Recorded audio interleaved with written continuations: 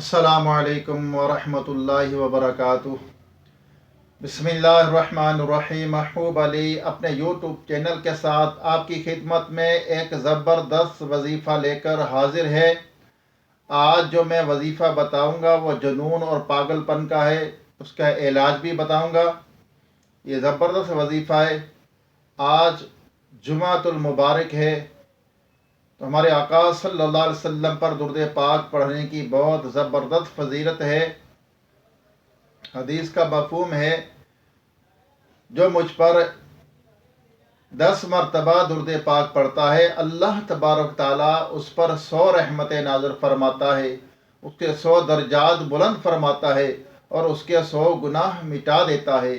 हमें चाहिए आका दो जहां सल्लल्लाहु अलैहि वसल्लम पर कसरत के साथ दुरूद पाक पढ़ा करें। सल्लु अलल हबीब सल्लल्लाहु ताला अलैहि व आलिहि व सुहाबिही व बारिक वसल्लम।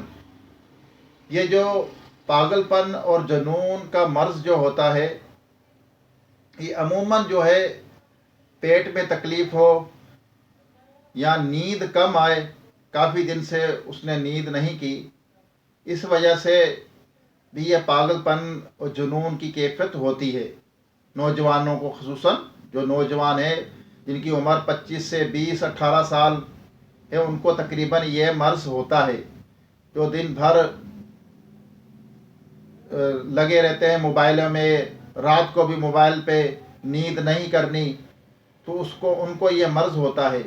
और फिर जिनकी शादी नहीं करते, उनके लिए भी ये मर्ज़ हो सकता है कि जुनून और पागलपन की हरकतें करना, घर के अंदर आना, मार धाड़ करना, दीवारों में मुक्के मारना, इस तरह, तो उनकी चिड़चिड़ापन, पागलपन, और जब ज़्यादा कैफियत होती है तो उनकी आंखें लाल हो जाती हैं। जब आंखें लाल होती है तो घुर्राते हैं, घूरते हैं।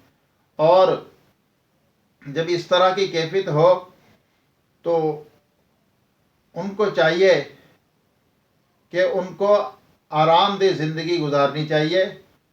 और जब ऐसी कैफियत होती है तो लोग समझते हैं कि इसके ऊपर जिन है, इसको साया हो गया है, इसको चुड़ैलें चिंबड़ गई हैं, जुनून है, किसी ने जादू कर दिया है। ऐसा हरगिज़ नहीं। हर मरीज़ जो है, हर नफ्सियाती मरीज़ जो है, जो जिसको है, वो ये नहीं है कि उसके ऊपर जादू है या उसके चुड़ैल चिमड़ी हुई है या उसके ऊपर जिन्न है या कुछ और है। हर मरीज़ इस तरह का नहीं होता। तो उसके नफ्सियाती डॉक्टर को दिखाएं, अच्छे किसी डॉक्टर जो नफ्सियाती है उसको दिखाएं, वो उसकी मर्ज़ की तहकीक करेगा, फिर आपको बताएगा। दवाई से आराम नहीं आता और मेडिसन से आराम नहीं आता, फिर आप किसी अच्छे आलिम के पास जाएं, जो आलिम अच्छे हैं, जो नूरी इल्म करते हैं, जो लोगों की जेबें खाली नहीं करते, जो लालच नहीं रखते, उनके पास जाइए।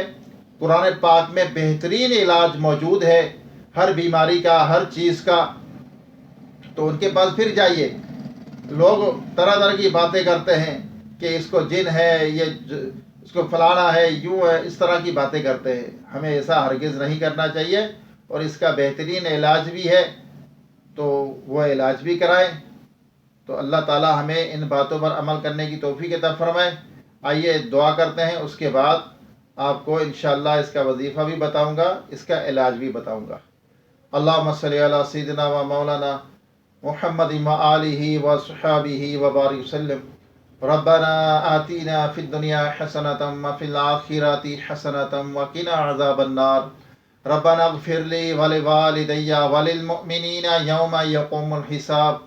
अल्लाहुम्मा अइन्नी अला ज़िक्रिका व शुक्रिका व हुस्नि इबादतिक वर्ज़ुक़ना व अंता खैरुर राज़िक़ीन, वर्ज़ुक़ना व अंता खैरुर राज़िक़ीन।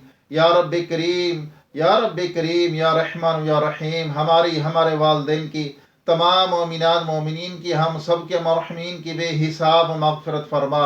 हम सब के सगीरा कबीरा गुनाहों को माफ़ फरमा। या रब्बल आलमीन, तमाम बीमारों को सेहत तंदुरुस्ती अता फरमा। جو دائمی مرض میں مبتلا ہے مکمل شفا عطا فرما۔ یا اللہ بے اولادوں کو نیک صالح صحت مند بے عیب اور نیک اولاد عطا فرما۔ یا اللہ جن کو بیٹیوں کی ضرورت ہے انہیں بیٹیاں عطا فرما، جن کو بیٹوں کی ضرورت ہے انہیں بیٹے عطا فرما۔ یا رب العالمین جو بچھڑے ان کو ملا دے، جو روٹھے ہوئے ان کو منا دے، جو بے جا قید ان کو رہائی عطا فرما، جو اغوا ہو چکے اپنی رحمت سے ان کو گھر واپس پہنچا۔ یا رب العالمین روئے زمین پر جتنے تیرے بندے بندیاں بستے ہیں سب پر اپنا رحم و کرم فرما۔ یا اللہ سب کی خالی جھولیوں کو اپنی رحمت سے بھر دے۔ جو مجھے بھائی بہنیں دعا کے لیے کہتے ہیں یا اللہ ان کی مشکلیں حل فرما دے، ان کی پریشانیاں دور کر دے۔ ہم سب کے گھروں میں رحمتوں برکتوں کا نزول فرما۔ یا رب العالمین جو بچیاں رشتوں کے لیے بیٹھی ہوئی ہیں یا اللہ انہیں نیک اچھے رشتے عطا فرما۔ جو بھائی رشتوں کی تلاش میں انہیں بھی اچھے نیک رشتے عطا فرما، ان کی بھی مشکلیں حل فرما۔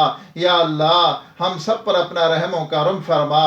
جو کچھ مانگ سکے عطا فرما، جو نہیں مانگا ہمارے حق میں بہتر و بن مانگے بے حساب عطا فرما۔ یا رب العالمین ہماری تمام دعاؤں کو اپنے سونے حبیب لبیب ہم گناہ گاروں کے طبیب صلی اللہ علیہ وسلم کے طفیل قبول و منظور فرما۔